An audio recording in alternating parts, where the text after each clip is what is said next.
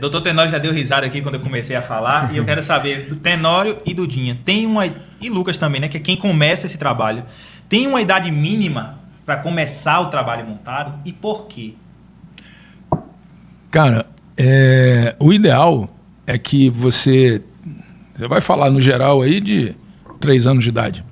Tem animais que pode ser um pouquinho mais cedo, um pouquinho mais tarde. Mas o que a gente tem que ter em mente é que para o animal entrar no ritmo de trabalho, ele precisa estar com a sua estrutura óssea e articular minimamente formada. Infelizmente, a gente começa dentro do manga larga machador cedo demais. E aí a gente vai ter um prejuízo dessa atividade duplo. Primeiro, o cara não olha adequadamente essa conformação. E não mexe nos cascos e toca o pau. E aí ele começa. É óbvio que a estrutura não está preparada para isso e o casco vai sofrendo. Qual é a próxima medida? Colocar ferraduras num casco que ainda não tem amadurecimento suficiente. A articulação também não está pronta. E aí, meu amigo, vamos acelerar. Acelerou esse processo, não adianta. Você não vai conseguir consolidar uma articulação, uma fibra muscular, um osso querendo trabalhar o cavalo mais cedo. E aí começam todos os prejuízos, né? Não tenha dúvida. Então, e outro ponto que é importante, isso aí, acho que o Lucas sabe disso muito melhor do que eu, é exatamente o ritmo de trabalho que é colocado.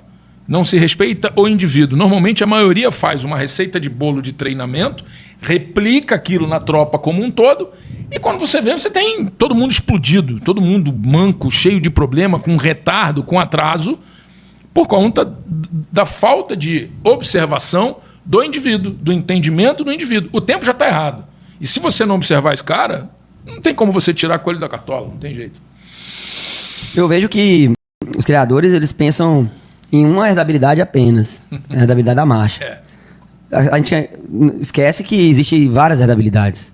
De ângulo, de perna, de anterior, de posterior. Temperamento, índole, dorso lombo. Ninguém sabe qual é a proporção no manga larga machador da herdabilidade. Só pensam na herdabilidade da marcha. Mas tem muita coisa que envolve, né? Inclusive, pro pós, até chegar no casco, a gente sabe que o cavalo ele é moldado por ângulos, né? Por estrutura. Então, daí até chegar no casco, daí até chegar a lesão no raio-x, tem muita coisa para acontecer. Acontece muita coisa. E até chegar a mim para treinar, eu já vou ver, na verdade, ali o bolo pronto. Agora tem que ver como é que eu vou saber utilizar esse cavalo para marcha. Na verdade, eles deixam a gente muito confortável em treinar cavalo hoje, porque sabe que se a gente deixar a base sólida, equilibrada, eu vou ter conforto para trabalhar. Ele, na terapia, vai dar um conforto para a gente também. Mas a questão do iniciar, pra gente no manga larga machador fica muito complicado, porque um potro ele está apto a competir nas exposições, nos eventos, com 15 meses. Você acha que esse potro está sendo cabrechado desde quanto tempo? Então, 15 meses, para ele estar pronto, apto a competir. Ele está desde os 7, 6 no cabresto. O trabalho de cabresto, felizmente ou infelizmente, não sei, porque eu não trabalho, não direciono para isso, mas a gente precisa realmente, ainda no manga larga machador, ter esse acesso aos puxados. Mas o trabalho é 90% do tempo em círculo. Essa articulação está pronta, está formada para trabalhar em círculo. Mas a gente tem quem cuide disso desde cedo.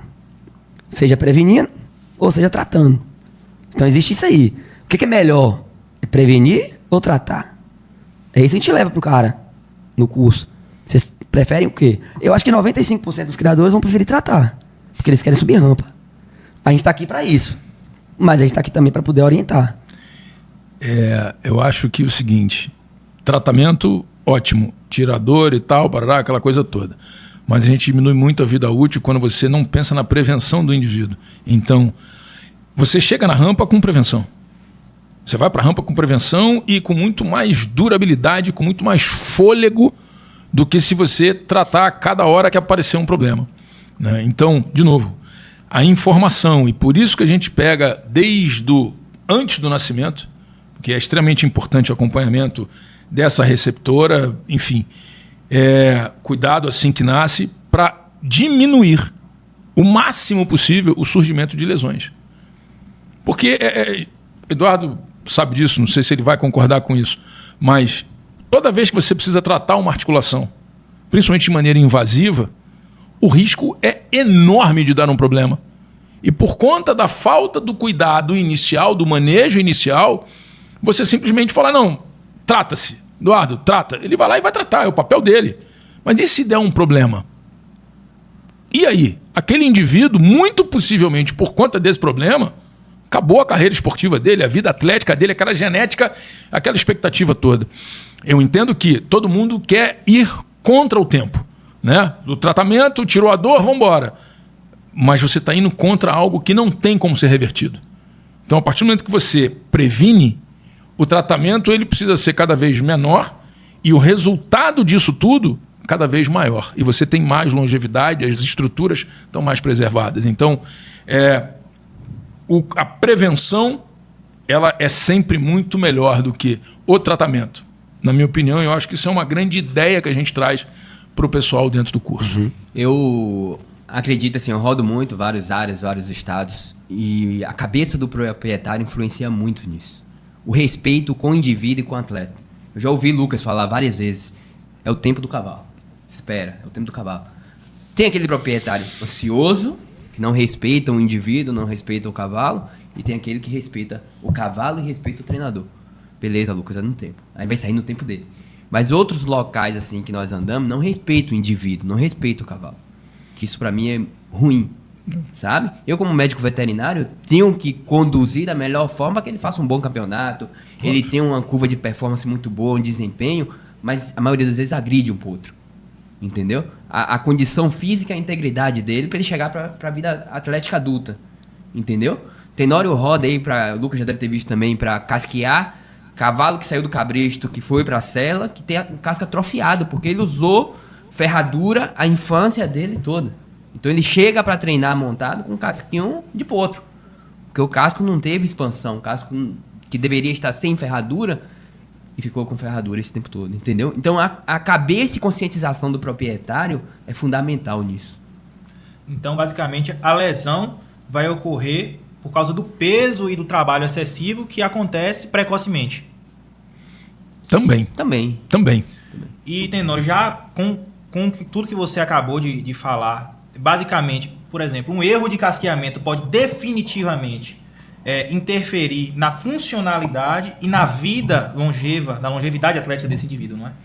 Não tenho a menor dúvida disso, porque se eu estou falando de base e casco é base, eu não vou conseguir nunca construir um prédio sem a adequação dessa sustentação.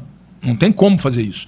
Então, se o cara não cuida desse casco desde cedo, e entenda, quando eu digo cuidar, é cuidar adequadamente, é fazer o casqueamento correto, não é qualquer tipo de casqueamento. As pessoas têm a mania de querer manipular excessivamente o casco. Gente, o casco do cavalo, ele é considerado um casco embrionário do momento que ele nasce até 1 ano de vida. A estrutura real embrionária, ela é substituída pela estrutura definitiva aos 4 meses, entre 4 e 5 meses de idade.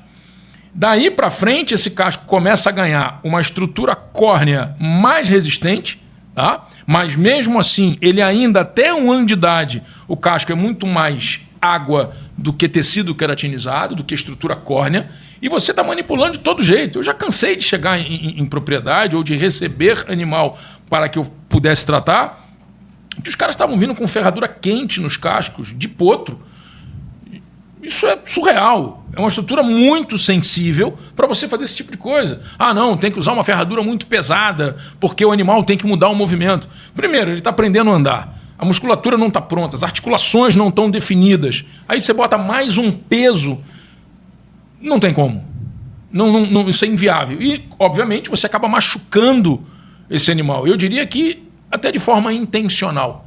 Porque você pegar, mas na minha cabeça não consigo achar uma outra expressão. Porque existe uma intenção em fazer isso. O cara tirar demais para provocador, o cara botar uma ferradura totalmente inapropriada, e aí a coisa vai degringolar. Aí lá na frente você tem um defeito que você não recupera, ou 100%, recupera parte disso. Outra coisa, a sensibilidade psíquica desse indivíduo, porque ele foi traumatizado na manipulação do casco. Aí quando você tenta fazer a coisa certa, o animal tem um baita de um reflexo. Puxa, bate, fica incomodado, tem uma sensibilidade excessiva naquele casco. Por quê? Porque ele foi manipulado da maneira errada, desde cedo. Então, Podemos fazer? Podemos e temos que fazer dentro da modalidade, dentro da raça manca larga machador. Mas o que precisa é o conhecimento adequado sobre a estrutura do casco e como fazer isso adequadamente, que tipo de material a gente pode usar e deve utilizar para fazer isso.